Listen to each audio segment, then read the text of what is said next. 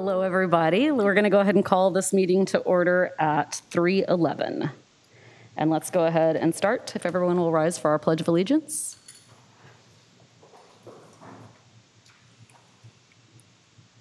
I pledge allegiance to the flag of the United States of America and to the republic for which it stands, one nation, under God, indivisible, with liberty and justice for all.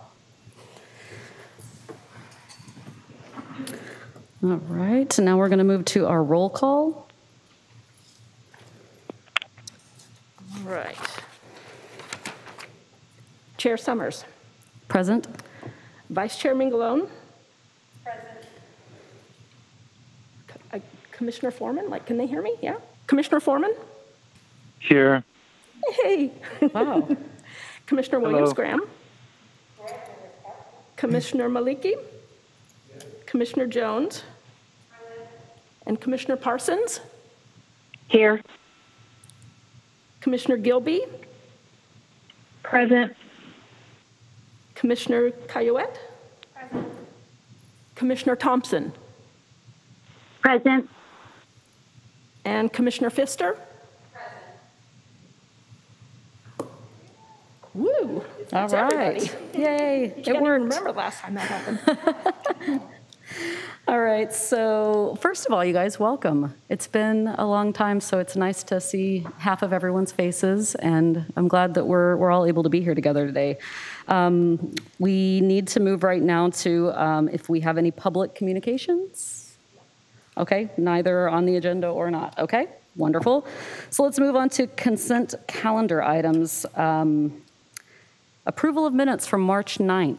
Hopefully everyone had a chance to review the minutes. If not, we'll just take a couple minutes if everyone wants to just glance over them, and we'll see if we have any questions, and if not, just have someone make a motion to approve.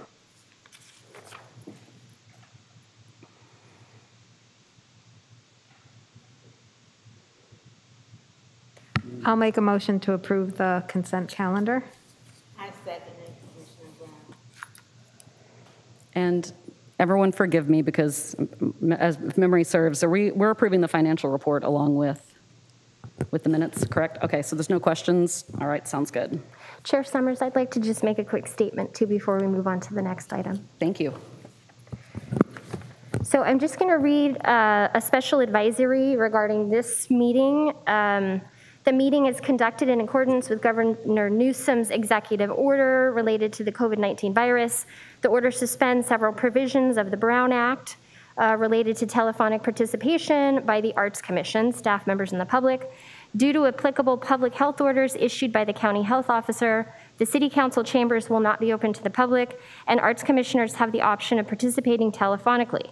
Members of the public are strongly encouraged to watch the meeting on KOCT, Cox Channel 19, or live stream it at www.koct.org/channel-19. I also want to let you know that our city council chambers projector is not working. So unfortunately, there are some presentations that you will not be able to view at home today, and I apologize about that. Please reach out to me here at the Oceanside Public Library, cdemento@oceansideca.org for any of those presentations following the meeting. And we'll do our best with that today. The commissioners do have print copies of those presentations for them. Thank you. Thank you. Actually, CJ, can we back up with regard to the financial report? Since we haven't taken a vote yet, can I ask a question? Of course. Okay, so I just wanted to find out with regard to the public art donations that we had encumbered, the $1,363.07 that is promised to the Art That Excites program. I have it in my memory that I thought that we amended that amount up to $1,500. Does anyone remember that? Yeah, I think that you had proposed that and that we had approved that amount. You know what? I think you were correct. I think you're correct because that was the amount that we had in the the Public Art Donations Fund. So we were deciding to expend the entirety of that fund. If you look up above on 10/31/2019, the 136.93 added to the 136.307 totals the 1,500. Perfect. That is still encumbered, and we have not been invoiced for that yet. So it's still encumbered. Okay, and is that something that, do we know the status of that program, or is that just something we're going to hold off on and we'll wait and see? When we spoke to Main Street recently, they are picking up work on that again. So I would expect that before your next meeting. Okay, perfect. That was my only question. And again, CJ, remind me, do we need to take a vote? Yes. Okay, so all of those in favor of approving the consent calendar items? Aye. Any opposed? Okay, consent calendar items are approved. And then moving on to our discussion items, this is just typically at the end of all of our meetings, as you all know, we give our updates and invitations, et cetera. We thought since we haven't met since March 9th, and things have been a bit different since March 9th, that we would give everyone, and no one has to, but if there's anyone who would like to just give an update of what your organization has been doing, the changes that they've seen, just a brief overview. Would anyone like to start? How about we start at this end? Commissioner Caillouette.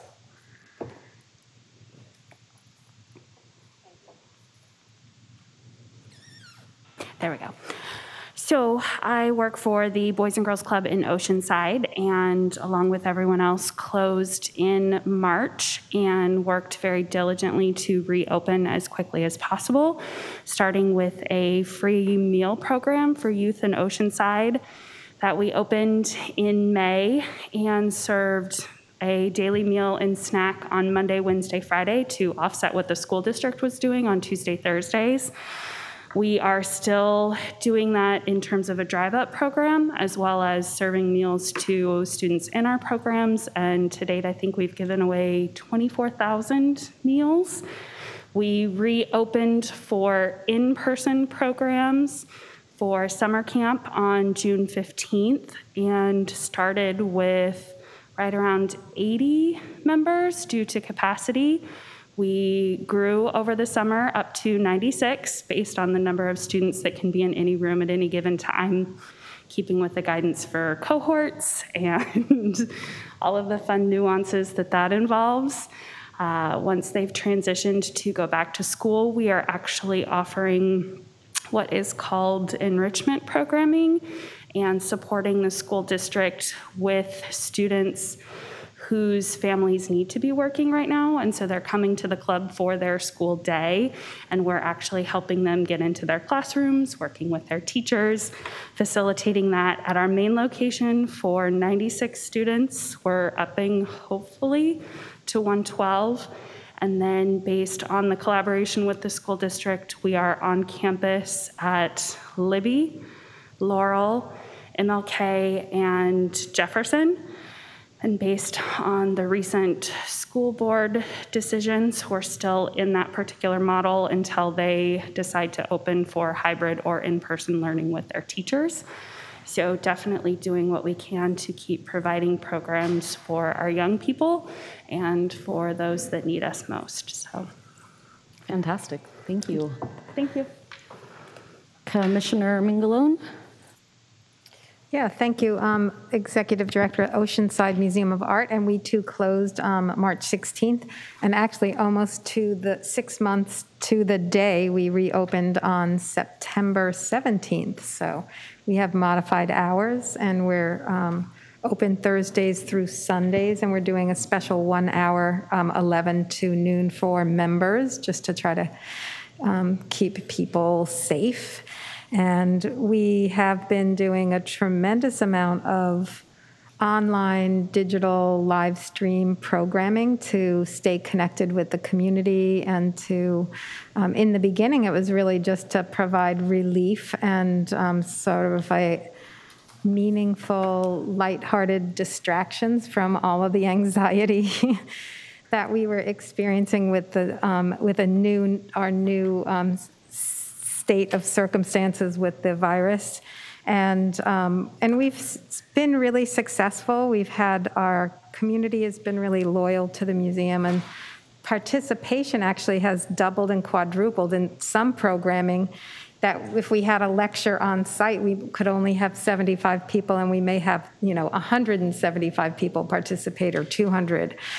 So that's been really interesting to see how we are able to expand our accessibility to the museum programs.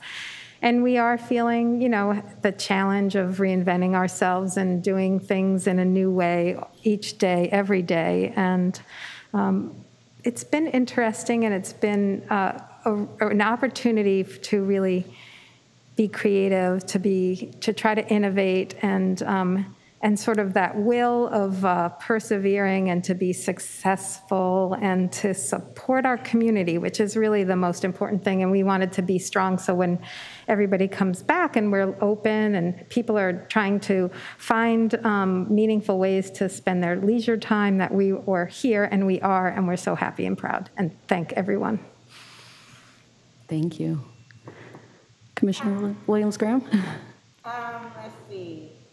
First of all, I was doing a podcast at a studio at World Radio, that time in the studio in Oceanside, and then I got sick and COVID came, so I was confined to my home, so I do my podcast from my home, and I would do a Black History Month, because I was asked to speak at a rally and for the Floyd accident, or the murder, whatever that is called.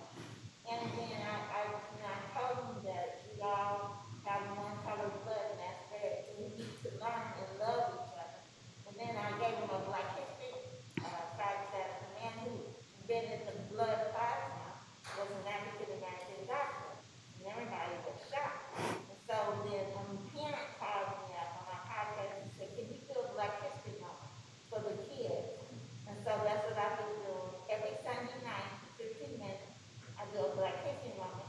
And did you know who invented the ice cream scooper that you guys use all the time to scoop ice cream?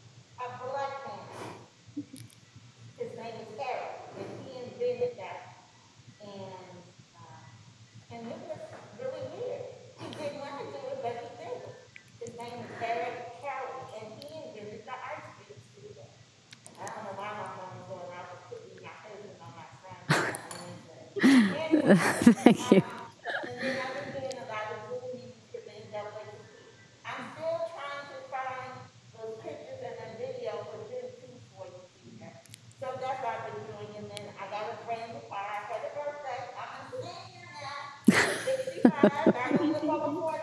So I'm just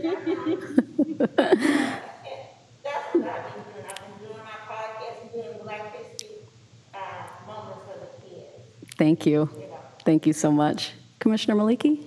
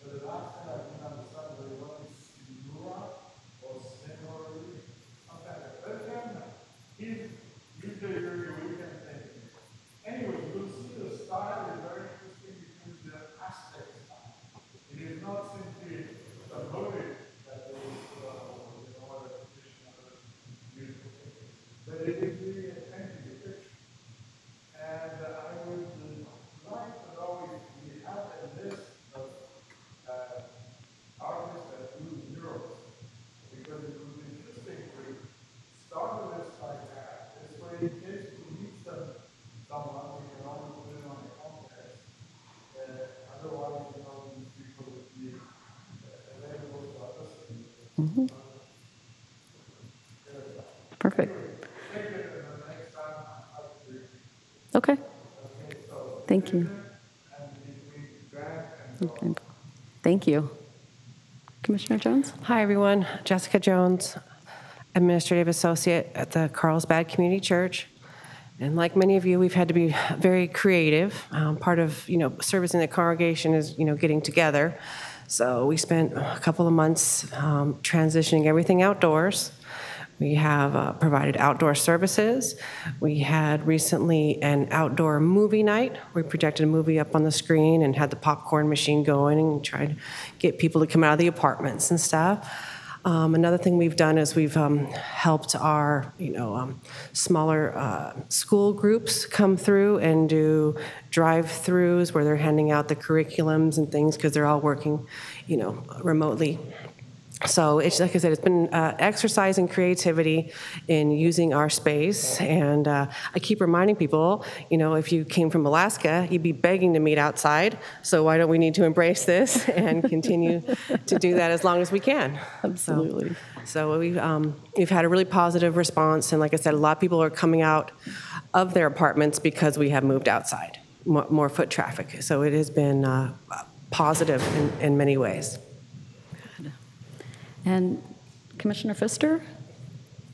So do I need to go there? Can you all hear me? I have to do this official. Can't see me or anything. But Julia Pfister, Executive Director of Studio Ace. And again, like everyone, had to be very creative. And so we started out, we thought we'd just be giving away 250 free art kits to the community that they signed up for. And now in collaborations with the Oceanside Public Library and with OUSD and also with the USO Camp Pendleton, we've given away over 5,000 free art. So we've been busy, all masked and gloved and socially distanced and all that. But again, just happy to be able to give something back to the community and be able to feel relevant. And I'm sure you all feel it's so difficult at this time. What do you do to keep your mission going forward with that? So then in the summer, we started a virtual summer camp, and we're doing virtual classes for adults and children right now. And we're also doing a buy one, give one Halloween art kits, or fall art kits. So it has Halloween, Day of the Dead, and also some Thanksgiving projects in there. And we're also sponsoring a vote contest. So if you write vote or create vote drawing, crayon, pencils, whatever, send it in. You're registered to and you'll win a fun gift basket. So, and then we'll see what happens. Our space is so small that we really can't open and until we really get some much better mitigation going. So we'll keep doing our art kits and keep trying to be as relevant as possible. Thank you. Thank you. Do any of our call-in commissioners wish to give an update? Perhaps. I'm happy to chime in. This is Jonathan Foreman. Can you all hear me okay? Yes. Cool. Well, good to see you all. I'm watching you on the screen. And so sorry not to see you in person, but it's great to hear about all the ingenuity and creativity and hard work happening across your organizations. MiraCosta College, where I'm Dean of Arts and International Languages, we've been mostly closed for on-campus classes since mid-March. We have just a handful of classes in specialized areas like nursing that are meeting partly on campus, but across the arts programs, we have not had any classes meeting on campus since mid-March. There's a few subjects that we're not currently offering that are just too challenging online, like ceramics, furniture design, lighting design for our theater program, some things like that. But for the most part, there's our faculty have been hard at work for months, basically to convert courses across the arts that typically we wouldn't have taught online to an online teaching, and so we've employed some new tools and software that can assist with that. But there's been a tremendous amount of professional development and work that's gone into that. So we've had some wonderful things still happening. We still had a version of our Summer Actors Academy and our dance intensive program. And now this fall we'll have our we're doing most of our events. So we have a theater production that normally would have been probably in production right now, but it'll start at the end of the month. We'll be doing, I think, about 8 performances, streamed, recorded performances of The Miraculous Journey of Edward Tulane. So it's also been a learning curve for copyright and licensing and understanding what things we can do online and what sort of processes we need to do that. So there's right now we have students are rehearsing every night together, mostly through Zoom, and we've created costumes and set pieces which have actually gone to their homes. So they'll be filmed each in their own homes doing the production. We had hoped to film them on stage, but at the time where the County Department of Public Health orders were not kind of conducive to that, and right now we're still mostly anticipating pretty much mostly online instruction through the spring. So since we're such a large institution with so much possible transmission, we're really just continuing with the remote instruction as much as we can. So yeah, I'll be sending you information as our productions and other performances come up, and our art gallery went online, and we have exhibits happening right now in our art gallery. So I'll send you some updates as I can. And we're there's lots of good work happening, and we're learning how to do it in new ways. That's all I'll say. Wonderful, thank you. Do we have any other updates or comments from commissioners?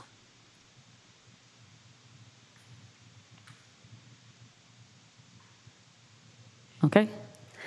Well, thank you all for letting us know what you've been doing and how your organizations have been getting creative. And I think that's just been one of the most encouraging things that I've seen is that arts and culture have remained very relevant, and people have been eager to support the arts. So onward and upward. Moving on then to our action items. I think CJ has an update for our chair and vice chair elections. Yes, so your elections are supposed to be held at the June meeting, or the closest meeting to that. October is the closest thing we've got here. So I would like to make a recommendation for your chair and vice chair elections, because we weren't able to do it in June, that you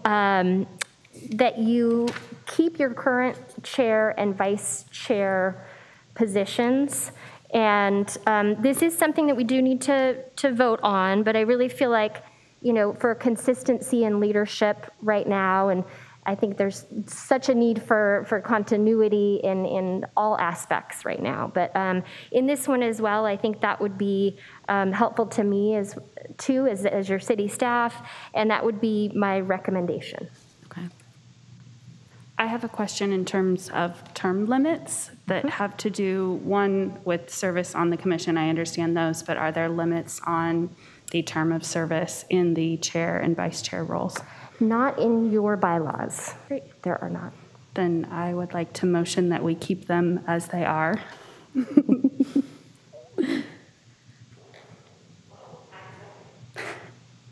Okay, so all those in favor of keeping the chair and vice chair positions as is, that would be until June, CJ? Correct. Okay, all those in favor? Aye. Right. Aye. Any opposed? Okay, then. Okay, then we will carry through with that recommendation, and we will hold a new election in June of 2021. Thank you. Thank you. So on to action item number 5, fire station number 1, art elements, and we're going to have an introduction from CJ. Yes, so we have Fire Chief Rick Robinson with us here today, as well as City Engineer Brian Thomas, and they're going to be speaking to you about an exciting art element on a new Fire Station 1.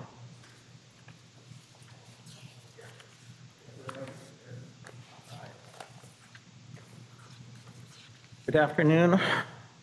Hello. Honored Chair and esteemed commissioners. My name is Brian Thomas, and I'm the city engineer for Oceanside. And to my left is our Honorable Fire Chief Rick Robinson. I'm very excited to bring this project forward, both as the Fire Department and Development Services. It's a new fire station. We haven't had one in quite a while, so we're looking forward to gaining input from the commission as to what type of public art that would be appropriate and beneficial at this point. Now, early on, our architect had provided a schematic of some type of metal artwork on the front, and I believe in part of your agenda package, you may have received a layout, both a plan view and an elevation view of what the work area would entail, and if not, we can make sure that CJ gets some links to it. If our overhead monitor and other things have been working, we would walk you through a video presentation that we've developed to date. So our current plan is to be done with the plans late spring, early summer next year, and start advertising for bid and go into construction. So the art element is a really important component of this. So right now, what you have in your packet is just a site of an area where it could possibly be. So when you get to that point where we can share the information with you, if you see a different area you would like the art to be located, we can certainly investigate that with the architect. Chief? Oh, thanks, Brian. Good afternoon, everybody. Brian pretty much said it all, but the things you learn when you build a fire station about art. So the recommendation that came from the architect as a concept wasn't something that I was very interested in. I firmly believe that we should either try to capture something that reflects the history of this area or the culture of this downtown and the things that are here. So we're pretty open to any ideas. Again, the layout of the building as you see it, I wish we could show you the actual flyby around the whole building. I think it would give you a great concept of what we're going to do. Is everybody familiar where we're putting this? Okay. Yes. So it's a large, narrow lot, and I think it lays out some options, but it was in that front portion. If you're looking at the front of the station to the left, there's of the apparatus room, there's kind of a wall there. And I would just say one of the things we are going to do is bring some of the historical elements from Old Station 1 over with us, the red bell that's out in front of it now, some things that are really important to the firefighters that have worked there for a long, long time. They want those things to come with us, and that's our intention. So there will be some architectural elements that we're going to be bringing with us. So just kind of laying out what will be over there. Great. Well, thank you for coming to the commission. Appreciate you coming and talking to us about this. And it looks like we have a question over here from Commissioner Maliki.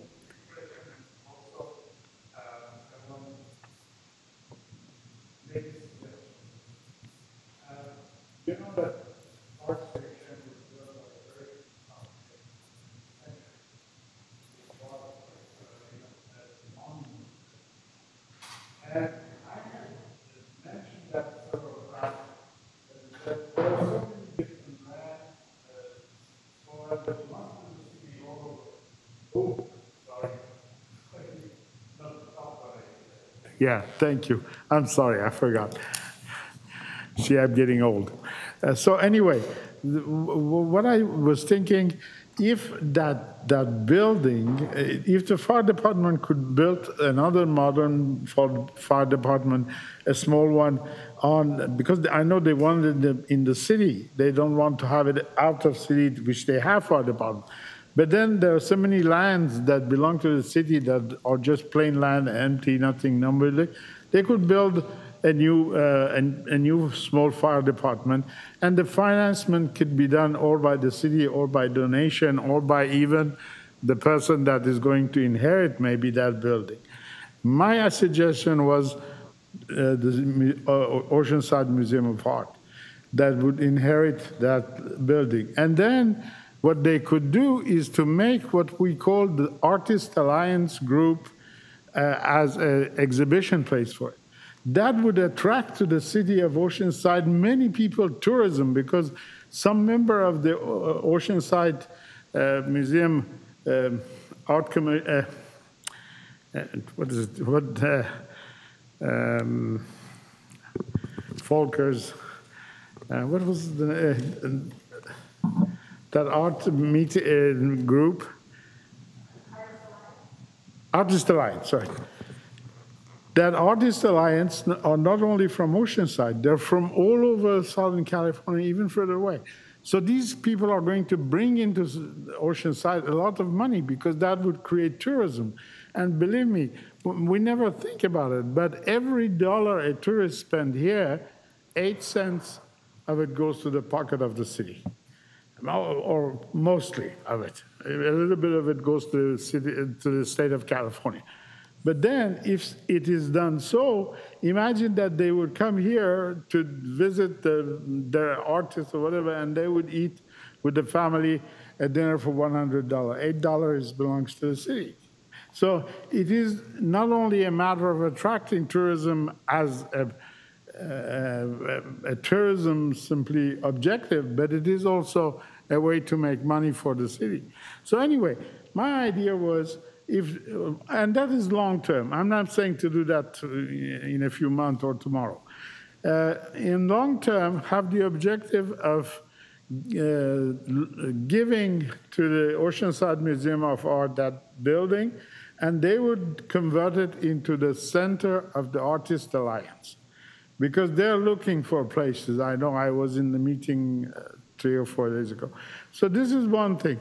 Another thing is that these locations that are symbolic, you know, they're art pieces in the middle of the city, should be appreciated as an art piece. You see, people don't come to the fire department just to look at that building. But if it was a part of the museum, they would come and do it, you know. And there are many of these buildings that were built by the same architect that have been destroyed in the city.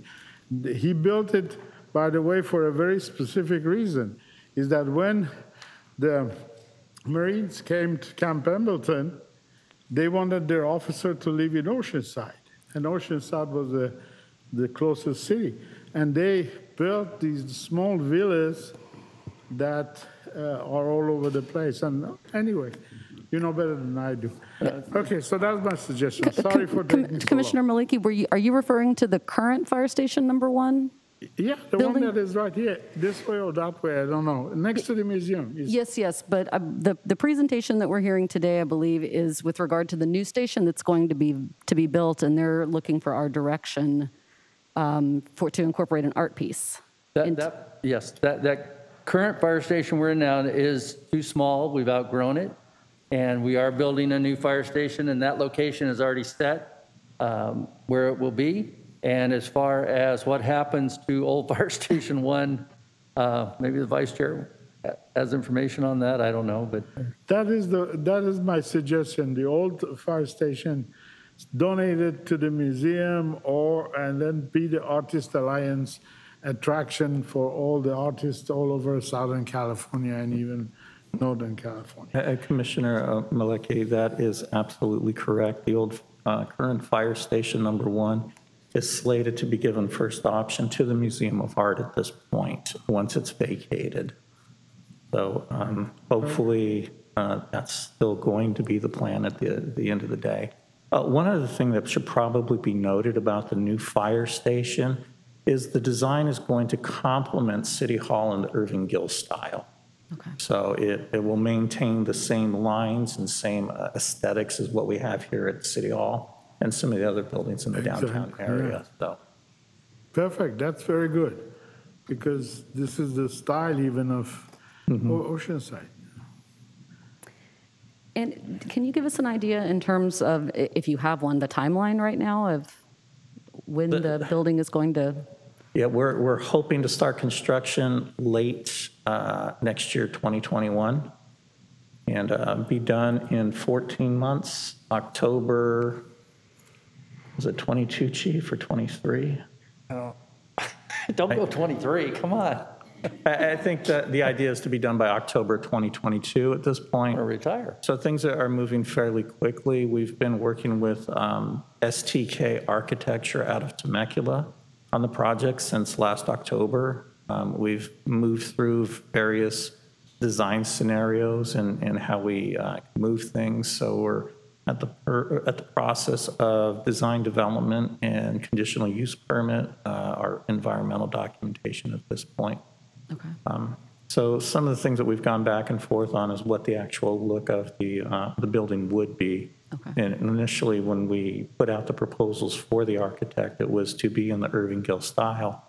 And we had to rein them back in because I think we all kind of forgot about that because we got dazzled by the bright lights and shiny pictures.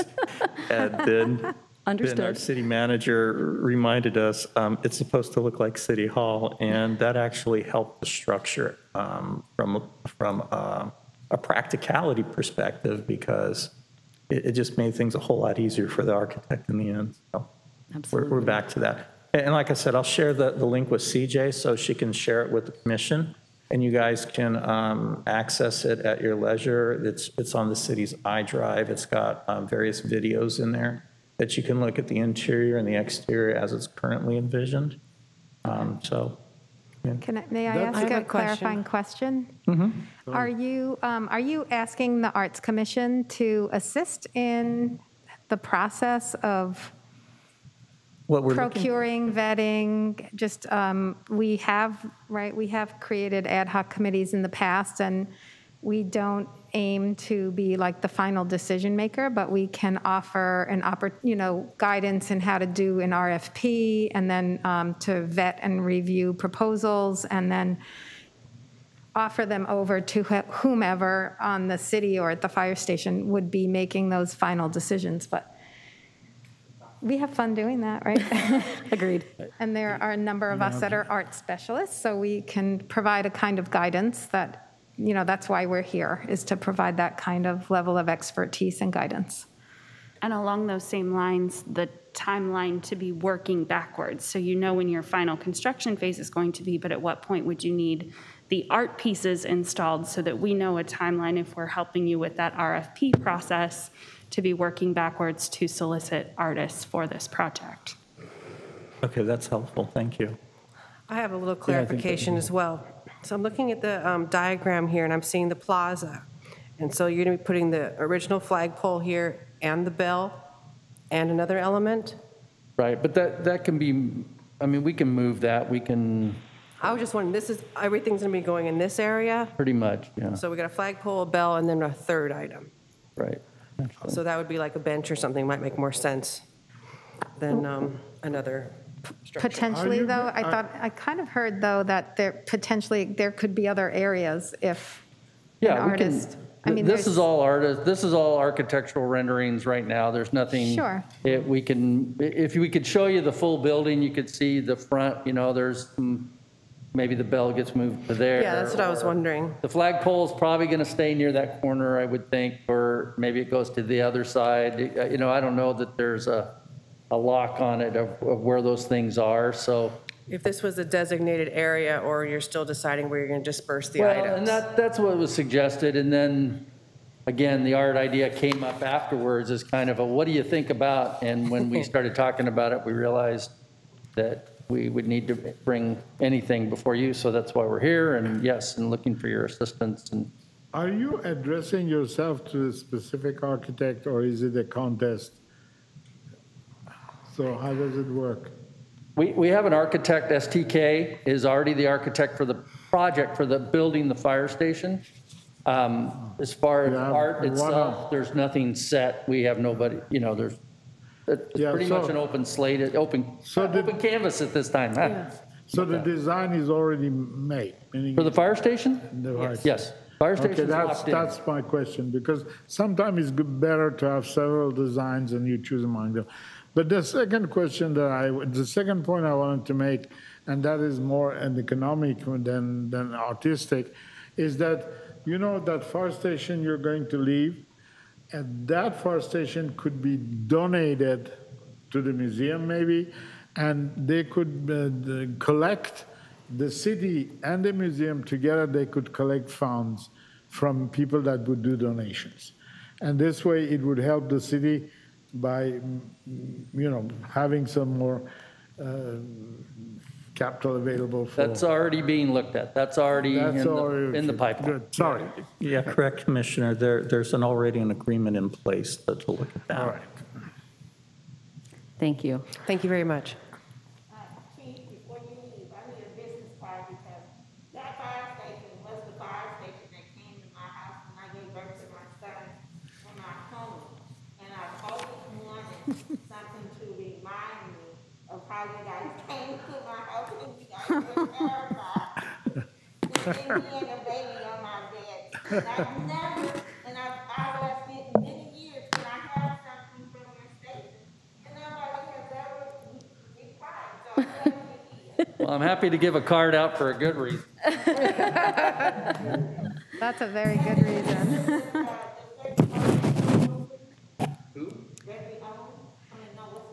Would we like to?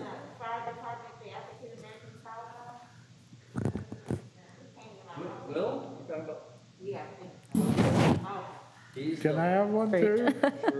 Thank you. Wanting to include a public thank art you. element as well. I know that's part of our strategic plan to make sure that more of the city's buildings are actually incorporating that. So I appreciate that you've come forward with that for us. So Yeah, thank you. you are quite welcome, and I will be back at your February meeting to talk about more potential projects through the capital improvement process for the upcoming fiscal years. Very much looking forward to that. Thank you very so much. much. Thank you very much for your time, everybody. I have a card, your card too. Do you have a Do we card? want? You want my business card? I didn't bring any business cards with me, I'm That's sorry.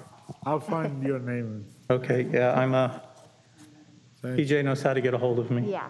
All right, I know. Okay, CJ so much. knows everybody. All right. Thank you, Brian. I don't know.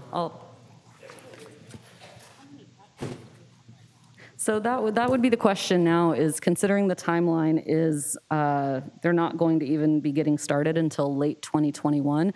Do we think we want to form an ad hoc right now or perhaps wait?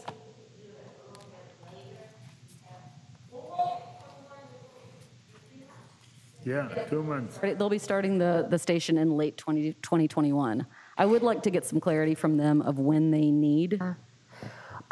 I think one of the options, though, is you could create the ad hoc in expectation that you'll be working with them on that project. Okay.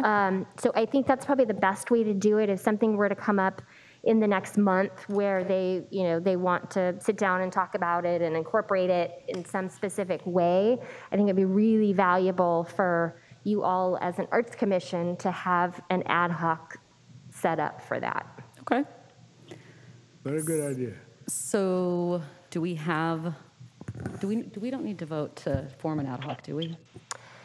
No, you could just determine who's interested in doing that work. Thank you for the reminder. Okay, so do we have any commissioners who are interested in joining this ad hoc commission?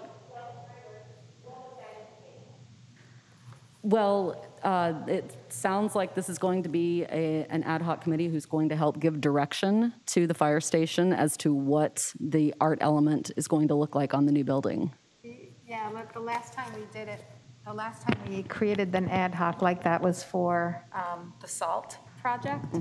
And so we helped write the RFP that was then sent out. And then when artists submitted proposals back, the ad hoc committee reviewed them and then made a prioritized list of recommendations, like here's our first choice, second choice, third choice. I don't remember if we went through all of them, but I think we did. We put them in order of priority down to the last one, and then we gave it back over to the owner, and then the owner took the recommendations. They happened to have chosen our top one. Yeah, but it doesn't give us, we don't have to take responsibility for anything really beyond that. They work with the engineers, and the engineers then help the artist create the requirements for the project. Okay, so in simple terms, if I like it, I say yes. If I don't, I say no. Kind of like that. So, It can, go ahead. ahead. Oh, no, go ahead, CJ. So it can kind of turn into a little bit of legwork, because we would probably want to be visiting the site. We would want to be. Well, I'm the senior citizen of this group. I've done quite a few of those over the years. Yeah. So, okay, you can count me in, especially if I'm going to do it with my friend over here. Okay, so just to confirm, I see we have Commissioner Mingalone, Commissioner Jones, Commissioner Williams-Graham, and I believe we can have one more commissioner if...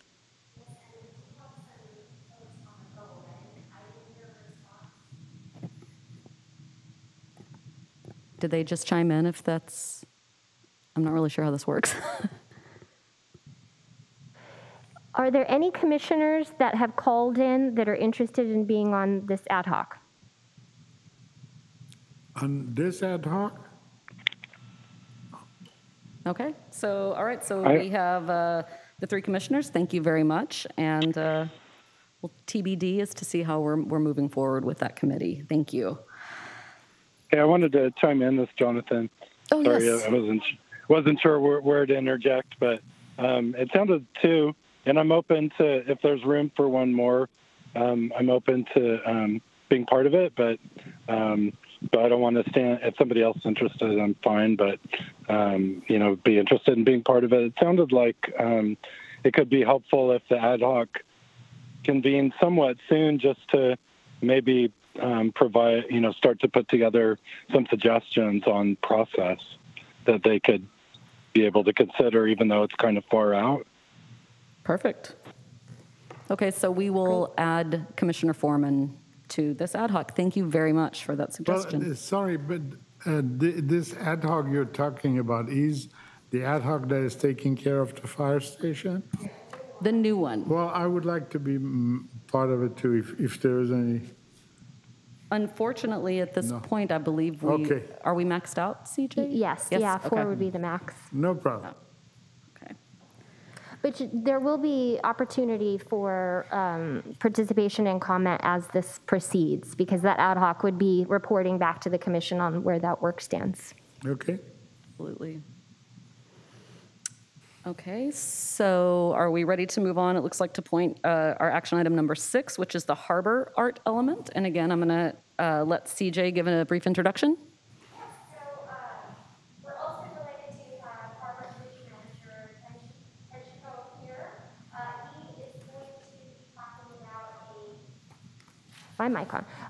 about a proposed art element at the harbor. And I just want to preface it by saying I'm very excited that people have such an interest in creating public art right now, and really are focused on the power that it brings to our community. So.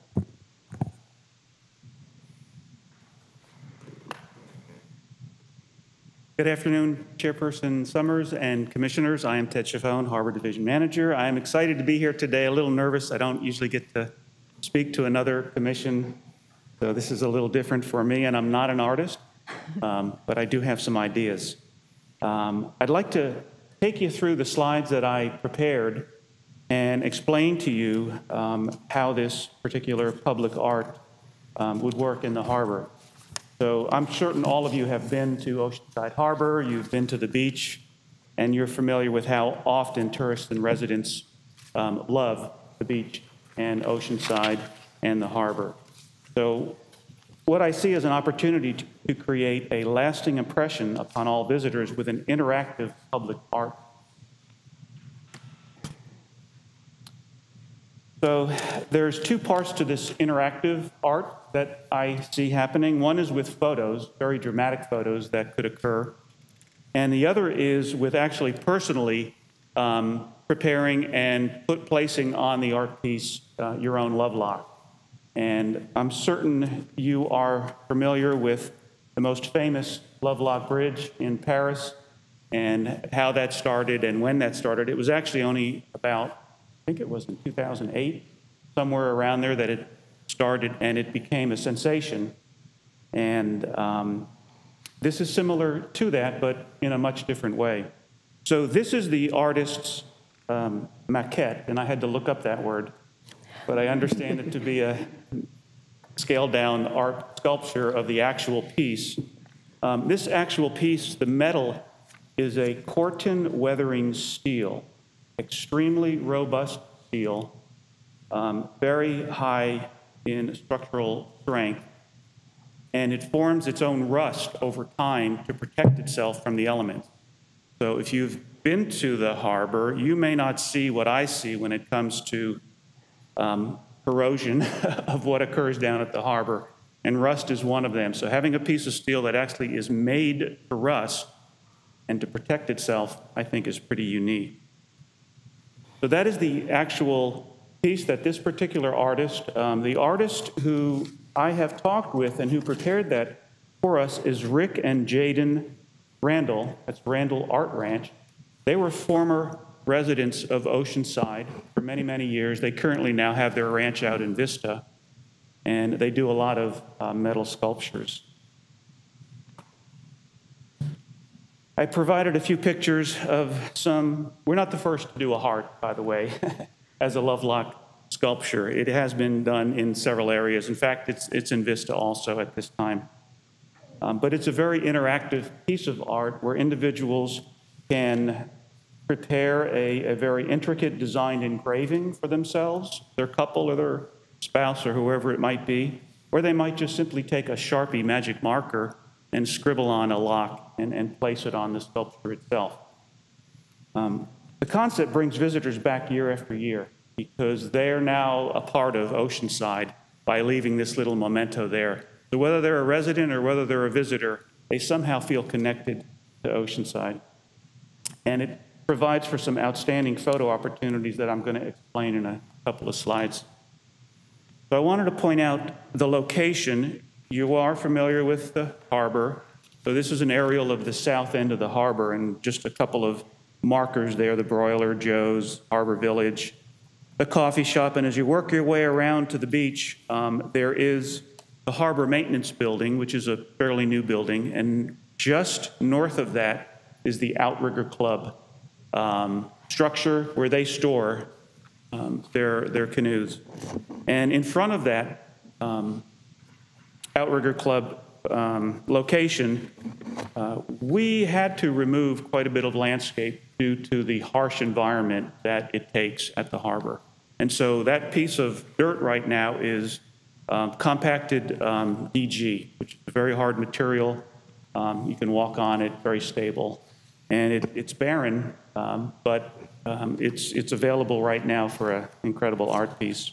So if you can picture that particular spot, then the next slide is an actual photo of standing just to the east of that piece of property, looking towards the ocean.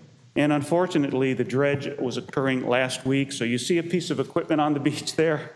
I couldn't get them to move it. It's gone now. You'll also see there's a few signs in that location, which we could plan to move. And you'll see some garbage cans off to the left, which we would plan to move, so that we could create a very clean landscape pictures. So if you can imagine the art piece on that piece of property right there, the DG, facing the ocean, there's an incredible opportunity for picture. And that last, not the last page, but the page that is colored in, my wife did that for me, by the way, because I didn't have a piece to use. And by the way, I didn't mention the actual structure itself would be approximately 9 feet tall and 9 feet wide. So it's a very large structure, very prominent. And what is very unique about this is the O in OSOT. in the center. If you've ever been to the harbor during sunset, looking at the picture just before this, you will see the most incredible orange, bright yellow sunsets.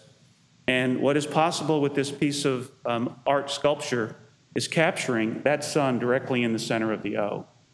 So throughout most of the year, by just simply positioning yourself, as you know, the sun moves throughout the year, you'll be able to capture the sun. There might be a fight that day to capture the sun, but you'll be able to capture an incredible picture. And I think it's something that once it gets out there will become a social media explosion. Everyone, I think, would want to see that. You know, photographers will come and do it. Great opportunity for engagements in front of the heart, friends and family, what have you. So that's it in a few brief slides. That is the idea.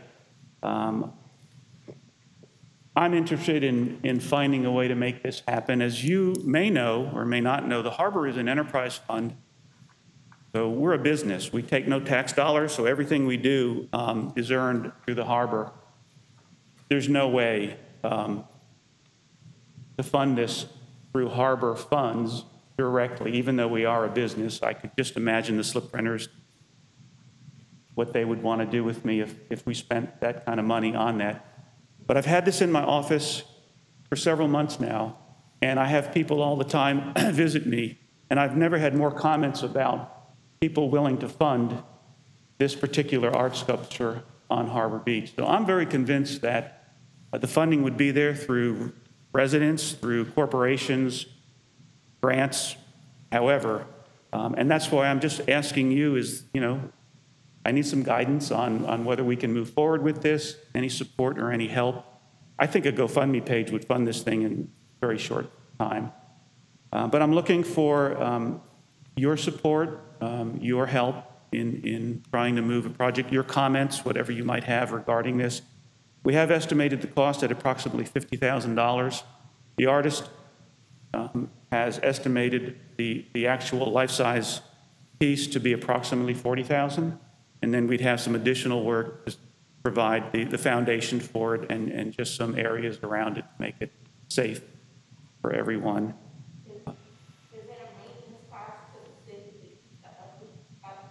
Right. So there actually is no maintenance cost to this particular piece of art, other than the typical graffiti that you might have.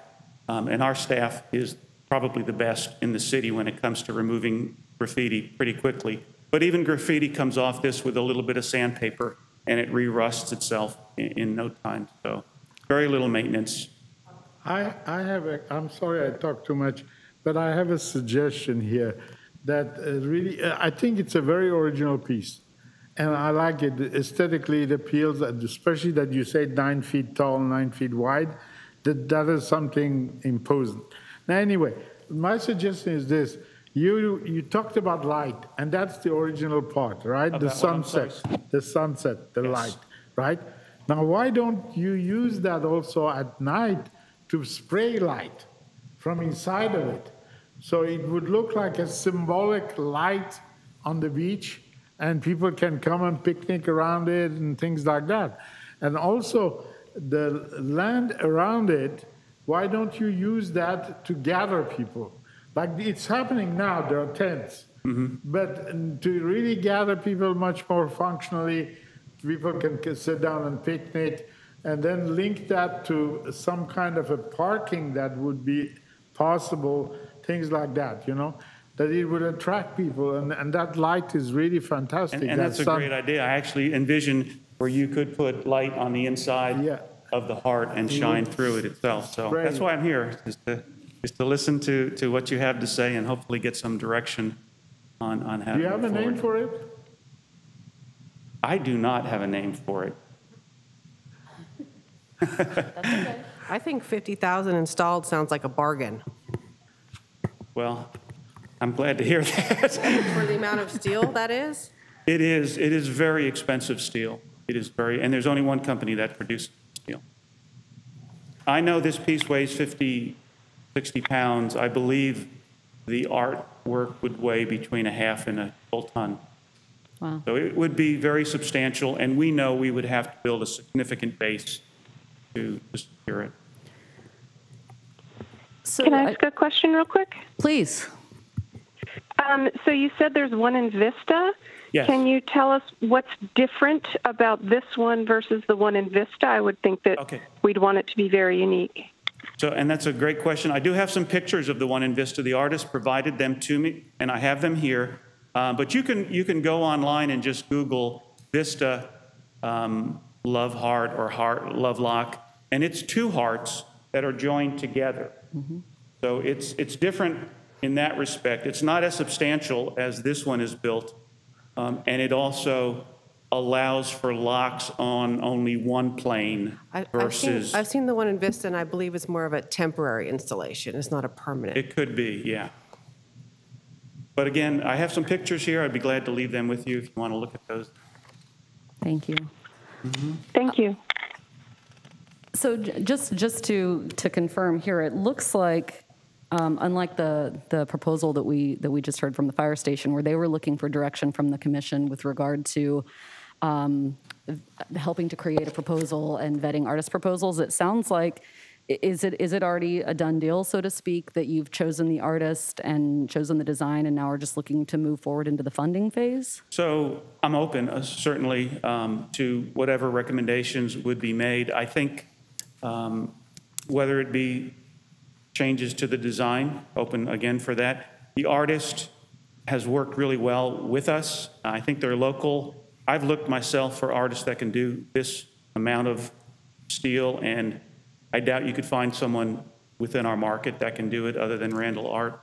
I'm certain in the country there's other artists that can do this, but again, using a local artist I think would be very positive. Absolutely, absolutely. And appreciative of the fact that you are looking to use a local artist, and also, just like was expressed before, appreciative of the thought of putting a piece of public art in that space. Sure. So thank you for that. You could, by the way, call it the pulse of Oceanside. I'm sorry, Commissioner? The pulse. Call it the pulse of Oceanside. Well, that could be something to do, would be some sort of a contest to name the art piece, which again would bring the public to the project. So definitely willing to look at that also. So I don't know what the next step is. I'm leaving it in your hands. I can stick around if you want to discuss, or I can leave and hear later. What? CJ, you look like you had a... What did any commissioners have further comment regarding the presentation or questions while we have the Harbor Division Manager here? Did you state how long this would take to be built and put on the harbor? Did I miss that? Commissioner, I am not certain how long it would take to build it.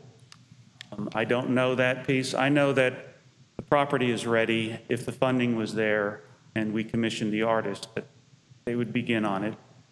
As far as installing it, the harbor does a lot of maintenance on its own, so we can coordinate and permit ourselves through the city and get a lot of that done without having to wait on other contractors. So I would think, months, maybe a few months at most, to really, once it was commissioned, having it in the ground. I don't think it would be that long. So then from the perspective of your level of need with us, are you looking for guidance in creating a marketing and fundraising campaign, some sort of sponsorship levels? I mean, you said that you've got this GoFundMe idea, but what are the pieces that you're asking for our guidance in? So I'm not even certain of the process of having this approved through the city, to be honest with you. So that's one piece. The other piece would be ideas on funding, what would be acceptable, what would be allowed through the city. I've never done this before, so I need help with that. And then any contract that might need to be put in place. I think when you do a piece of public art, there might be something that's established that indicates how we're going to treat it, because those funds are being gifted, let's say, to the city or the harbor. So how are we going to treat this? We need help with that. And any ideas on the design? Certainly great idea of lighting the inside, I think, is an excellent idea, and any other thoughts or ideas. But we move pretty quick at the harbor, so we're ready to move as quickly as you are. Okay. I remember when they were building the pier, people were able to buy a piece of the wall with their names on it. I don't know how we could do that, but do something of that, set a price to help build that, and put your initials on the heart or around the heart, have a piece of land where people can put their initials, and then the sign would say, loved by the city. So that's a possibility maybe for the beginning of it, to allow those individuals who donate to be the first to put a love lock on it, and maybe a special love lock that indicates that they were a donor or something like that. So that's another idea, another thought on maybe how to do that.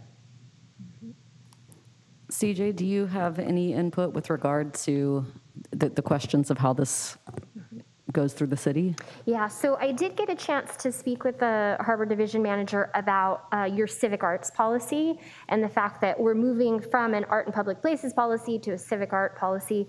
That's going to be coming back to you at your next meeting in December, and then we're hoping to get it to the City Council early 2021.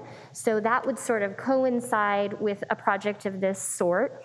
That does outline the process for installation of public art, approval of public art. So there is an approval that you all would be making in this new draft of the policy. You would be making an approval and a recommendation for the City Council to approve the public art project. So we're a few months out from that.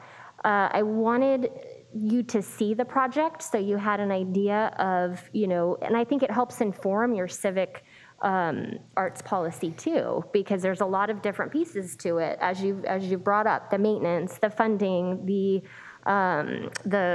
structure itself, the location. So all of that is built into your policy. I think probably what would work well is if you have an ad hoc, either the same one that you just created or an additional ad hoc, to help work through these steps and to help inform the Harbor Division Manager on what the next step might be. Some of the public art that you've seen in the past as well has gone through, we have to get a structural report. So we would kind of be supporting those efforts, and then it would go to the City Council for final approval. I have a couple questions. One is another commissioner mentioned that the $50,000 seemed like a bargain. It seemed pretty high to me, actually. So I wondered had you thought to maybe, I know that you've selected the artist already, so having it fabricated, I wonder if there is a fabricator that would fabricate it, and then the artists get a commission for their design. I don't know if that's feasible or that's even reasonable. I mean, it may come all together as a package. It did sound like that $50,000 to me sounded like a high price for the sculpture, but I don't know the cost of steel, or how much steel that requires, or the number of hours of labor in order to do that. So I was just curious how you came up with that figure, and you may have said how you did. There was. And Commissioner, all good questions. I'm not sure I can answer them all. Yeah. I mean, the artist provided their cost to commission this piece. It's not new to them, they've done it, so they know what their costs are, and they know what their artistic markup would be on a piece like this. Like I said, I know there's certainly artists throughout the state, if not the country, that could do something similar, and we could certainly look at that. I know at the weight that this thing is, would always be that shipping cost also associated with that. But again, that's something I think that can be worked out if there is an ad hoc committee and we go through those issues and resolve it to everyone's satisfaction. We're ready to move forward. And would there be a pad that would be poured? Was that part of that installation? So that was, you said, an additional 10,000, so I'm assuming maybe there's crane work and there's a pad that would have to be fabricated. There would be at least a substructure that would support. Yeah, because it's heavy and it would need that, yeah. Correct. And then one of the other thoughts, we have a sculpture at the museum, and I worked at a sculpture park, and sometimes when it rains, the rust then bleeds out onto the concrete, which isn't necessarily a negative, right? Mm-hmm. That can be part of the charm or the look of the piece, and I just wondered if you had considered And I that. read a little bit about the steel itself, and it can stain slightly during the rusting process if you allow it to puddle, but if you allow for that condensation or water to escape, then there's very little of that. And just another thought, as you can imagine, this sculpture could allow for little children to decide they want to climb. We're obviously concerned about that ourselves, and my idea would be to keep the DG as close to it as possible and not a concrete pad. Build the pad very deep into the earth so it supports the structure, but still have more or less a sand around it. Oh, okay. That's a good idea. Yes, you I do. have a suggestion for the financing. You know, if you have some little souvenirs built that would have a battery and light up, and this would be fantastic to put it next to your bed and it would light up, and you know, and souvenirs in plastic or something like that. That is very cheap. Commissioner, all good ideas. I agree with you. And one other thing I would point out, I'm certain we have several businesses in the harbor, as you know, in the village, and I'm certain one or two of them would get into the engraving lock business very quickly once this took off. Yeah. That's a great idea. I might if they don't. No kidding. So, absolutely. What do we think about having the ad hoc that we just formed for the fire station include this harbor art piece as well? Do we like that idea? Yeah. I guess I'll ask the commissioners who are on the ad hoc. Since the fire station is not, we can't do anything to that for right now. So will this committee start working on his thing right now? I think that would be the idea.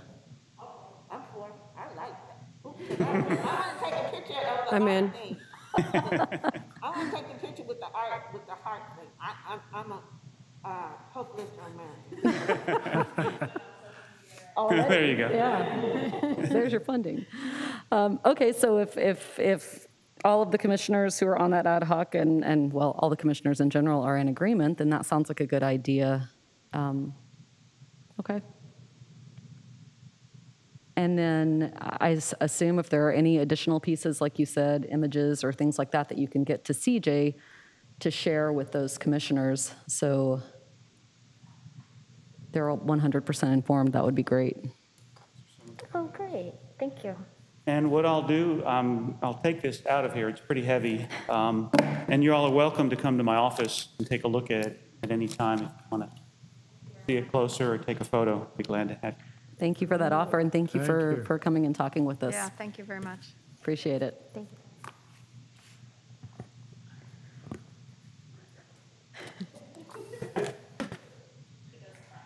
Yeah, no kidding. Really? Thank you so much. Have a good day. Okay, so then we'll be moving on to action item number 8, the Oceanside Culture Fest. It has 7. We're on 7. Oh, excuse me. Yeah. Thank you for keeping me on task. We're on number 7, the landmark sign. Pardon me. Okay, so. No kidding. Okay, so we have, is Lauren Aldridge Sweeten on the line? Yes, I am. Okay, great. Hello, Lauren. So Lauren is here to do a presentation via phone about the downtown PBID and downtown Oceanside landmark sign project. In your packet, you have the RFP, the request for proposals, and an artist invitation to propose a design for an Oceanside landmark sign. Lauren is going to make a presentation to you, and each one of you should have the presentation here in print. I'm sorry, folks at home, we don't have the presentation available for you to view because our projector is not working today. But Lauren is going to walk us through the proposed project. Thank you, CJ, for that introduction, and good afternoon to everyone. CJ, can you guys hear me okay? Yes, and I do just want to say Lauren is the chair of Placemaking Ad Hoc Committee for the PGC. Thank you. Thank you. So I'll go ahead and get kicked off on this project. I'm presenting an Oceanside landmark sign placemaking project, which will be located within the downtown Oceanside Property and Business Improvement District. I know that's a bit of a mouthful, but basically it's downtown. To first give you a little bit of a background on what the PBID is, that's short for the Property and Business Improvement District. So the Downtown Oceanside Property and Business Improvement District is an assessment district which is tasked with providing additional services above and beyond the level of the City of Oceanside that they currently provide. This is managed by Main Street Oceanside, and the services are funded by an assessment on real property, which appears on property tax bills to those located within the PBID district. PBIDs are proven to work by providing services that improve the overall viability of commercial districts, resulting in higher property values and sales volumes. PBIDs provide funding for programs which work efficiently to maintain the area as a safe and inviting environment. The services are chosen by property owners and customized to fit the needs of the district. All services are designed to provide direct benefits to those who pay into the PBID. Oceanside's PBID funds have been split into the pillars of maintenance, safety, economic development, and administration and advocacy. The PGC is the governing board which oversees the PBID, and for this year's 2020 budget, we allocated the economic development portion to go towards a placemaking project, which will come in the form of this Oceanside landmark sign. I'll go ahead and now tell you a little bit more about the project. The Oceanside landmark sign. The Placemaking Ad Hoc Committee of the PGC has created an RFP, which you can go ahead and follow along with now if you have it in front of you. And the RFP is going to call artists to create an iconic Oceanside sign to placemake the PBID. It'll be located in downtown Oceanside, and it'll act as a new landmark of the area. And we're looking to place it at the heart of both the PBID and the Sunset Market to create a place that both locals and visitors are invited to enjoy for decades to come. The PGC plans for the sign to be the first step in economic development of the DQO PBID, and this sign will brand downtown. It'll act as an inspiration as well for a future wayfinding sign project that is to follow, and other placemaking projects to come, we hope so, down the line. The wayfinding project would be directional signage to help people get around downtown, and we would be looking to have the wayfinding project follow the design of this initial placemaking landmark sign so that everything's cohesive around the downtown area. The sign is to be located on Pierview Way at the Tremont intersection, with the ocean and pier acting as a backdrop. This PBID location was chosen as it's in the heart of Oceanside's popular Sunset Market, and it's also on the same street as some of Oceanside's most valuable assets, including the pier, City Hall, Library, the Oceanside Museum of Art, California Surf Museum, and Artist Alley, as well as the new salt parking structure, which visitors and locals can park in when they come to visit downtown and hopefully spend some dollars there.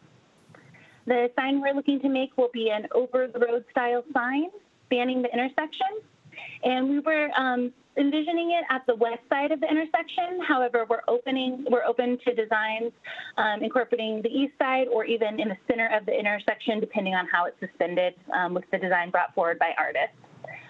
Locations locally that have these types of signs are Carlsbad, Encinitas, Venice Beach, Santa Monica. Of course, we would like to do something more unique to Oceanside. And we also don't need it to be quite as large in scale as some of the other ones that you may see, because we're not necessarily branding the city, we're branding the downtown and the PBID specifically. And then just to move on with what we'd like from the Arts Commission, we would like you to potentially form an ad hoc. The PGC, we're made up of business owners and condo residents within the PBID. Well, we love art, we're not artists, and as this is an art-based project, we would love the assistance of the Art Commission in the development of this project. The items which we'd like assistance on from the Art Commission are review of the RFP prior to distribution, assistance in distributing the RFP we put together to artists in the area, guidance in the selection process, advisement on the budget, and continued guidance as the project progresses into development. And just quickly to touch a little bit more on the budget, the 2020 DTO PBID economic development budget for 2020 is just over $45,000. And dependent on approval from the PGC and also the Main Street Oceanside board that oversees the PGC, as the Main Street Oceanside oversees the PBID, we can either use some or all of this budget allocation towards this project. Also, if we anticipate that this will exceed the $45,000, we can potentially look to procure more dollars, either from the 2021 budget or from outside sources. Ideally, though, we would like to try and keep this project kind of going and keep up the momentum. As we believe right now, especially after everything happening with COVID-19, it would be really beneficial to have something tangible in the community, and for those who have paid into the PBID to be able to see something that is developed from their tax dollars. So that's a kind of a general overview. I'm happy to dive into any questions on the RFP I've put together or anything else you have. Thank you so much. Thank you very much. Commissioners, do we have questions or comments about the proposal?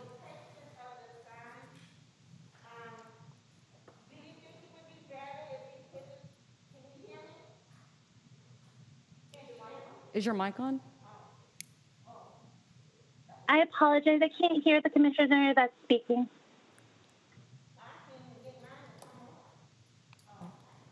Is that on there? Yes. Oh, okay. I talk loud anyway, so I didn't know if y'all could hear me or not. The location, I had visualized the sign right there at Pacific Coast Highway and Mission, because that's part of downtown, because that's the main highway when you come into Oceanside. So I had visualized the sign right there. That's just my comment on that. I mean, because like I travel all the time. I go to LA and other parts, and when I come back in Oceanside, I go down Pacific Coast Highway. That used to be called Hill Street. That's how old I am. And when you go down there, I know there's a sign right there on the left side, but right there at Mission, or if you're coming down Mission into downtown, I thought something should be right there, because this is the main core of where the city is. But that's just my thought. Yes, I'm happy to speak a little bit more about the location. We did look at different locations around downtown. Some of the reasons why we chose Pierview specifically is just because of all the wonderful assets that are on Pierview, such as City Hall and the library, the Museum of Art.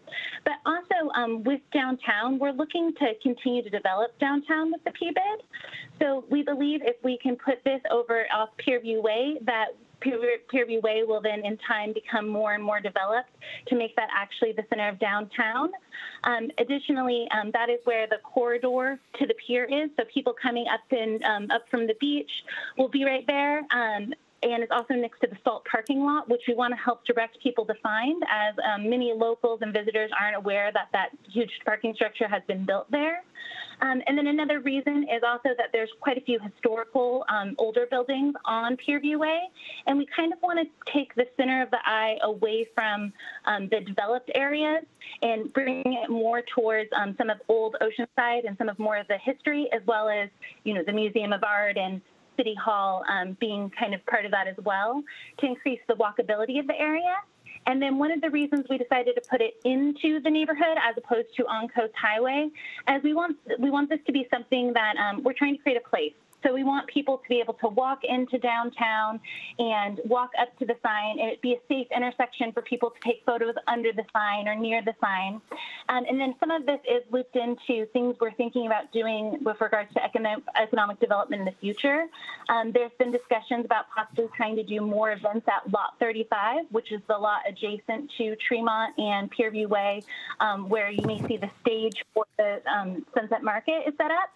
So we're trying to potentially activate doing a further placemaking project, such as maybe a Merrymaker Fair or other things within that parking lot. So we were looking to put the sign kind of where the events would potentially be held.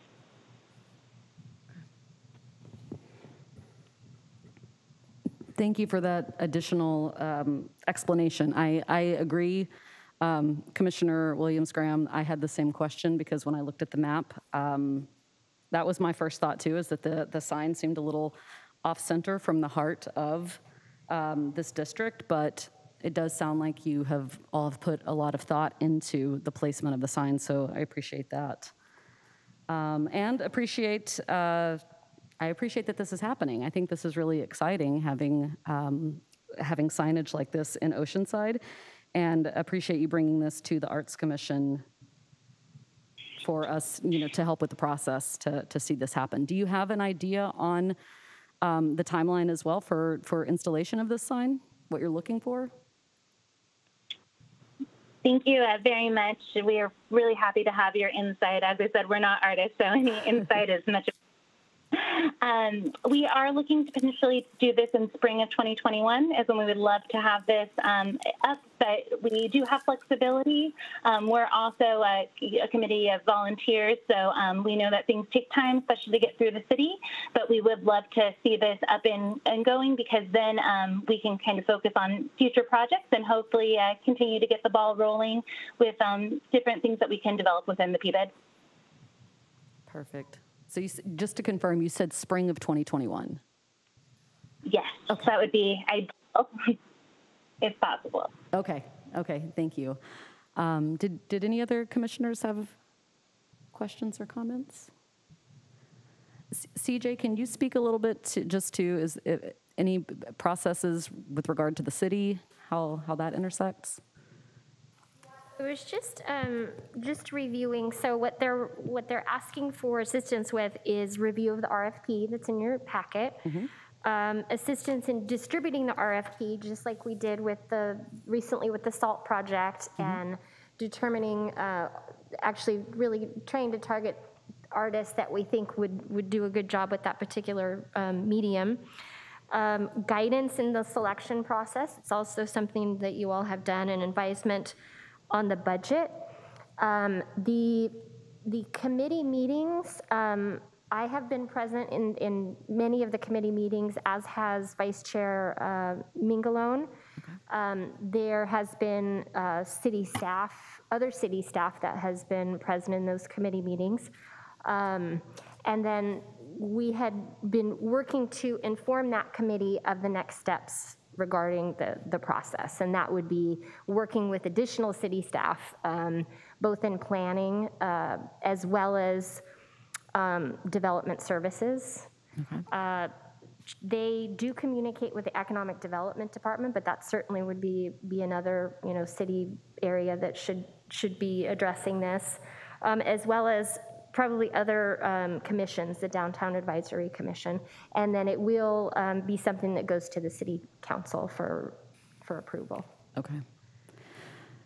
And just another thing, I don't really know if this is a question or just a comment, but I realize that oftentimes with the city, there's sort of a fine line between whether something is regarded as an art piece or signage. So, and honestly, with something like this, I think my first thought was you would go to a sign maker for something like this. So I do appreciate the thought that's being put into this being an art piece, but can you speak a little bit about where this lands? Well, I actually was encouraging the committee to view it from more of an artistic standpoint rather than just signage, because I think there's a lot of potential with that, and I think it just makes it really a stronger project. As has been written into the RFP, there are some very visible, there's your Star Theater and your Brooks, and they have these really strong thematic feels to them. And the sign certainly should be, coordinated with those. And that really, I feel, is benefited by an artistic lens. Perfect. And I can touch on that as well. For the wayfinding project that we're looking to potentially do following this placemaking sign, we are looking to use a sign company for that. The same sign company that did the wayfinding project in Encinitas is called Switchfoot Creative, and they put together some wonderful directional signage that does include art on it as well.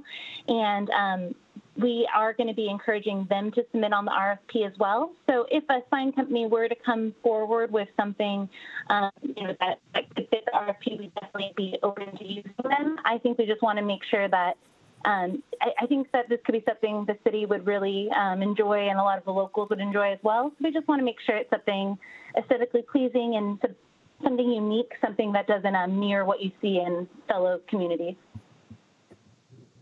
Wonderful. Well, I applaud your creative thinking with regard to this project.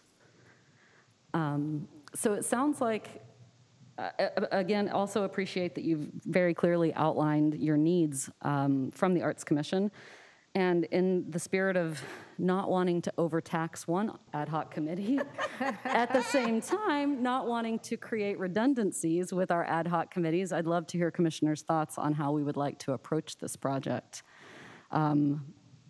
With regard to using the existing ad hoc committee, or if we should look to create something new. Do we have any thoughts?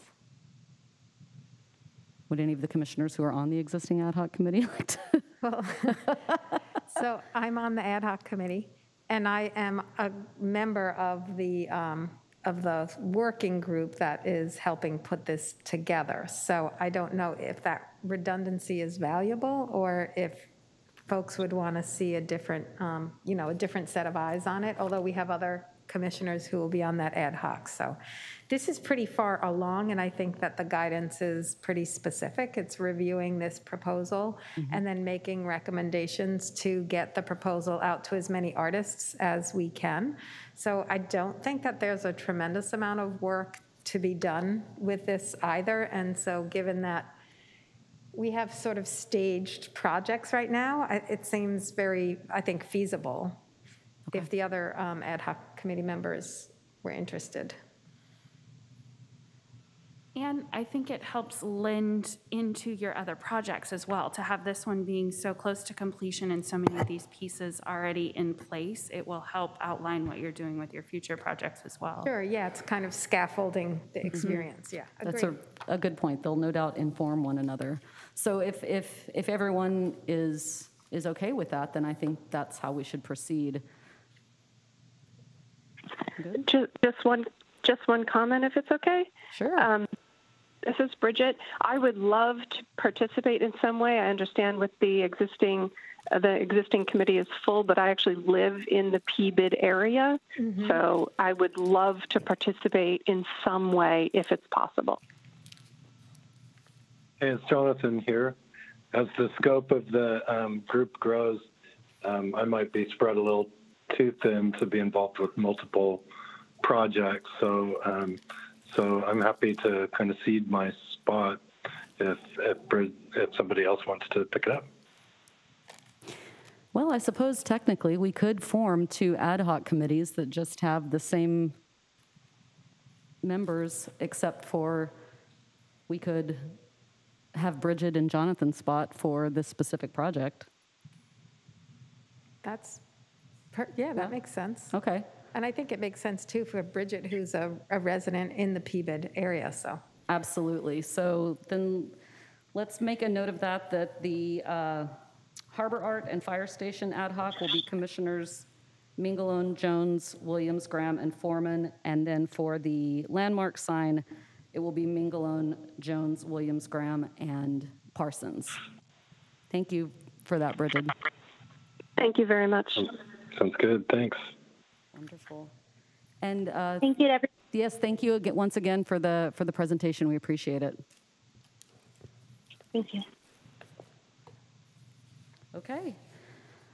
All right, then we'll move along then to action item number 8, which is the Oceanside Culture Fest. I'll turn that over to CJ.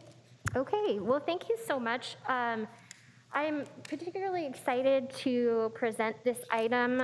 It's something that a lot of hard work has gone into, and I think we should be very proud of it. So in your OArts master plan for the arts, goal 1, strategy 1. This is your city's arts plan. Put my glasses on so I can see what And then come out. Do you have another copy of that? Because my printer acted crazy and I didn't get a clear thing of that. No? Do you have a copy of the packet? Of the culture? Oh, Commissioner Williams-Graham, are you talking about the arts plan or the packet for today? Well, whatever that. I didn't. My printer didn't start acting crazy. That's okay. I'm looking at it now. So goal 1, strategy 1 of the city's arts plan in the longer term actions is to develop an iconic cultural festival. So we had determined, the most frequently mentioned bold idea for Oceanside was to have an iconic festival. This is through all of our public input. The festival should distinguish itself from other offerings in the San Diego region by reflecting Oceanside's authentic character. An effective concept is to produce a festival organized around an overarching theme with sufficient lead time that allows Oceanside's art community to align their programming, provide shared festival marketing promotion. The festival is a major undertaking. So that's directly from your OArts master plan for the arts. So I'm very excited to say, although the signature event is not what we had anticipated. The Oceanside Cultural District Executive Committee and Steering Committee had been working on a project. It was going to be a large music festival, and there were going to be several stages in the downtown area. It was going to be heavily programmed. There was going to be food and visual arts and just a kind of an array of cultural enjoyment. So, but recently we decided to make it virtual, and it's called the Oceanside Culture Fest. Music, art, food, dance, diversity, community, and heritage. So there is a flyer in your packet, and that actually is the poster for the signature event. These are being printed up, and you're going to start seeing them everywhere, hopefully. It's really going to be a great set of programming. It's all going to be virtual, so it's all pre-recorded, primarily new content. So it's going to be live streamed at osideculturefest.com, October 17th and 18th. The main acts are Watkins Family Hour, Dead Feather Moon, Shane Hall, and Jimmy and Enrique. So throughout the process, we really tried to pay close attention to making the event have a headliner so it would draw attention, but it was very, very important to the committee to also feature local dance. We're going to be featuring cup stacking from our Samoan community. We have dancing from our Filipino American cultural organization. We are going to have some of Oceanside High School's show choir, the Oceanside Museum of Art, Oceanside Theater Company, Pride by the Beach, and Visit Oceanside's cooking show series. So those things will be interspersed throughout the musical acts. It's going to in some ways serve kind of as like a commercial for the next one, because we're going to have this content. One thing that we've really worked very hard in doing is creating the collateral. So as you see, there is a logo, there is a poster. So these are things that we'll be able to use, year after year after year. This particular content was created by the graphic designer who created your arts plan. And we did that intentionally, really to make it a cohesive product. And I think we've done a good job with that. So as you'll see on the bottom of the poster, there are some current sponsors. We've been working very hard to get sponsorship for the event. I'm happy to say that currently Visit Oceanside is the title sponsor. We've also got sponsorships from the Friends of the Oceanside Public Library, Front Wave Credit Union, the O-Cider, the new Oceanside Beach hotels and resorts, as well as the city's Economic Development Department. Is there any more room for any more sponsorship? Well, it's funny you should ask. So I'm coming to you all today on behalf of this committee that's been working on the project. We are $4,000 short. So we have been working to get more sponsorships, and that's where it lies at this point. If we aren't able to get that funding, we may have to go to a ticketed platform, but then there's challenges with that because that's more expensive. So really our desire this year is to have this be a free event. So anybody can go to Oceanside Culture Fest and enjoy it, see our locals, and then also see some really great talent. How much would it require to have your name mentioned as a sponsor? Is there a fee for that? Yes. So hold on. Yeah. So in our original sponsorships, it was $500. Oh, that's not bad. So after the meeting, you can give me some information about that? Absolutely. And what's the deadline to be a sponsor? It's immediate, really. This is October, huh? Oh. Because the event is happening October 17th and 18th, so it's just around the corner. Okay. So my recommendation is that the Arts Commission also help to sponsor the event. Unfortunately, I wasn't able to get to you prior to this because we hadn't been convening, but that is what I'm asking for today. There are other sponsorship levels besides $500, correct? Really any amount works. $1,000 makes you a stage sponsor. Okay. So you would be sponsoring a venue. As part of our work, we are paying the venues that are participating. Well, I mean, considering the fact that this is directly tied into our O-Arts plan as one of our major goals, then I would definitely say that I support the idea of the Arts Commission sponsoring at least at the $1,000 level, but would love to hear other commissioners' thoughts. You said $1,000, Madam Chairman? That was just a suggestion, yes. Oh, okay. I would like to make the motion that we do support it, and maybe more at $3,500 if Karen's going to do a $500 sponsorship. She just helped her today. She took the wrong medication, and she put my name in that, right? Anyway, no, I would like to make the recommendation that we sponsor either $3,500 or the full $4,000 that they still are looking to secure, because it is such a critical point in our cultural master plan.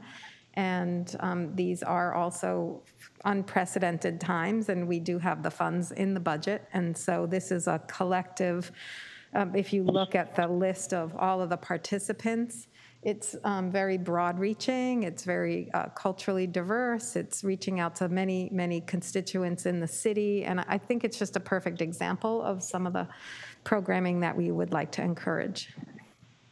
I agree totally with Jonathan here. Yeah, I think we should support it at the higher level. I do as well. I second. I think that makes it free and accessible to the rest of the community if we're able to close that gap. Mm-hmm.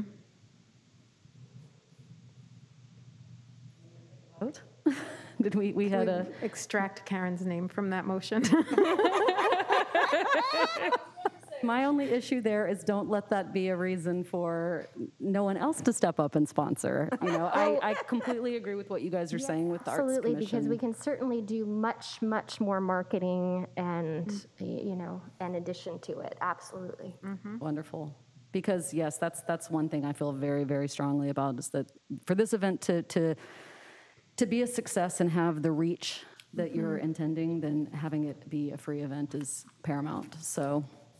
So I believe we had a motion and a second for sponsoring the event at the $4,000 level. Is that correct? Okay, so. Oh, I was going to say 1,000, but you said 4,000 now?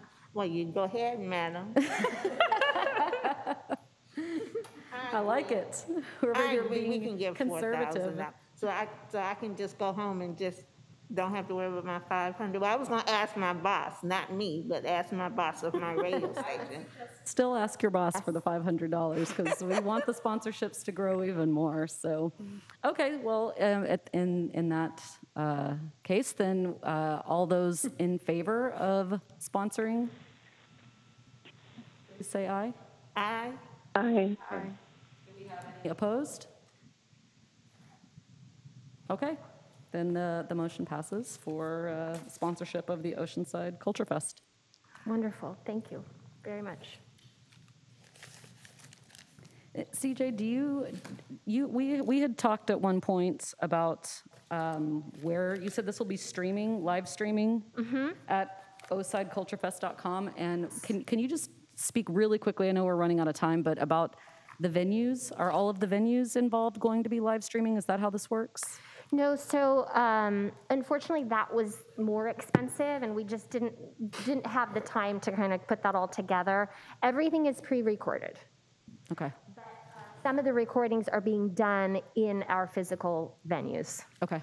And then it's going to be pieced together and you'll be able to tune in and stream it on October 17th and 18th. Okay. Is there a schedule of any sort? When I went looking this week, I didn't see. Right. That. So there is not a published schedule at this point, Okay. but I can get that to you as soon as we have it. Okay. And are there any locations that are doing some sort of small, safe viewing party? Like a watch party or right. sorts? That's our next step. A little bit later this week, we're going to be taking the posters out with information of encouraging to stream it from their bar or their brewery or their restaurant. We had wanted to have like a live stream in a very public kind of open space, but we just logistically haven't been able to work that out. But if there is an organization that wants to be viewing it, please, I encourage you to do that. Reach out to me if you have any questions, city staff, CJ Demento. And I would just say if you have any like small blurbs, images that you could send out to all of the commissioners, so any of us, our organizations have e-blasts or social media or anything like that, that we can help get the word out to all of our constituents. Absolutely. If there's Thank any you so much. opportunities for outdoor projection, that would be really fun and easy. Madam CJ, if you give me something to say on my show, I'll do that for you. Okay, great. All right, I will do that. I think another really exciting thing to point out is that the Oceanside Public Library commissioned local artist Shane Hall to write an Oceanside love song. And he has done that. He's created an original song just for our community during this time. And KOCT is actually right down the street now doing the filming for the video. So the video of that Oceanside anthem love song is going to be debuted at the Oceanside Culture Fest. I wonder if you could turn that somehow into the heart sculpture unveiling when you guys are working on that ad hoc as well, if that's an I Love Oceanside type multiple marketing opportunity for Shane Hall too. You mean at the event on the 17th? No, the harbor sculpture as we get closer to that big giant Mm-hmm. I see, wrap that into it. That's a great idea. Everything, bring it all together. I love it. Yeah. So you guys, at this point, it is 5:01. Our last agenda item was going to be to run through the action plan, but I do want to be respectful of everyone's time, so perhaps the action plan can be one of our first items at our next meeting. Do we have any items on here, CJ, that you can think of that really need to be mentioned quickly? I think, yes, number one, they have decided so we were going to be working with the San Diego Commission for Art and Culture on the economic impact study. That has been pushed off for another year. So we'll be updating that. That's a quick update. The second one, you will be seeing your city's civic art policy in December, so that coincides with viewing this again then. Number three, you're supporting the Oceanside Culture Fest, which is directly developing and promoting the downtown cultural district. Number four, we have been working very closely with Visit Oceanside, and their funding support for the event as well has been greatly appreciated. Your public arts registry, all of the images have been collected, and the city's GIS mapper is currently putting that together. So you all will have that for your next meeting in December as well. And I think with number six, you can see, working with planning and economic development to encourage art and art uses and projects. You had a couple of those today, so there have been advancements that have been made in that area as well. Number seven, which was facilitating professional development and leadership opportunities. We hadn't put dates to that, so that's something we could do in December, is kind of maybe set a plan for some of those opportunities, because I think it is really a prime time to support professional development and opportunities for artists. And number eight, enhancing the composition of the Arts Commission through deliberate selection. That we had already had coming up in January of 2021. And your last one there, 9, identify low-cost, high-impact art projects. One of the projects that you funded was the mobile art workshops. And I'm really, really happy to say you financially helped to support that particular project. We quickly turned that virtual when COVID happened. So Hill Street Country Club put together art kits, and we delivered about 100 for every art project. So I was one of the people that drove those art kits around your community, and they made it everywhere in your community. And I was really, really proud of that project. I was proud that it made art and professional art so accessible. So, and I can report more back to you on that one if you'd like, since you did support it with funding. But there has been additional funding that Hill Street Country Club has received, so we've extended it through the end of the year as well. Oh, nice. And just really quickly, thank you so much for that very quick and succinct rundown through the action plan. Much appreciated. Just number 6, did I hear the city engineer said he is going to be meeting with us in February? Yes, so City Engineer Brian Thomas is going to be presenting the upcoming CIP projects as it notes in your arts policy. Wonderful, wonderful.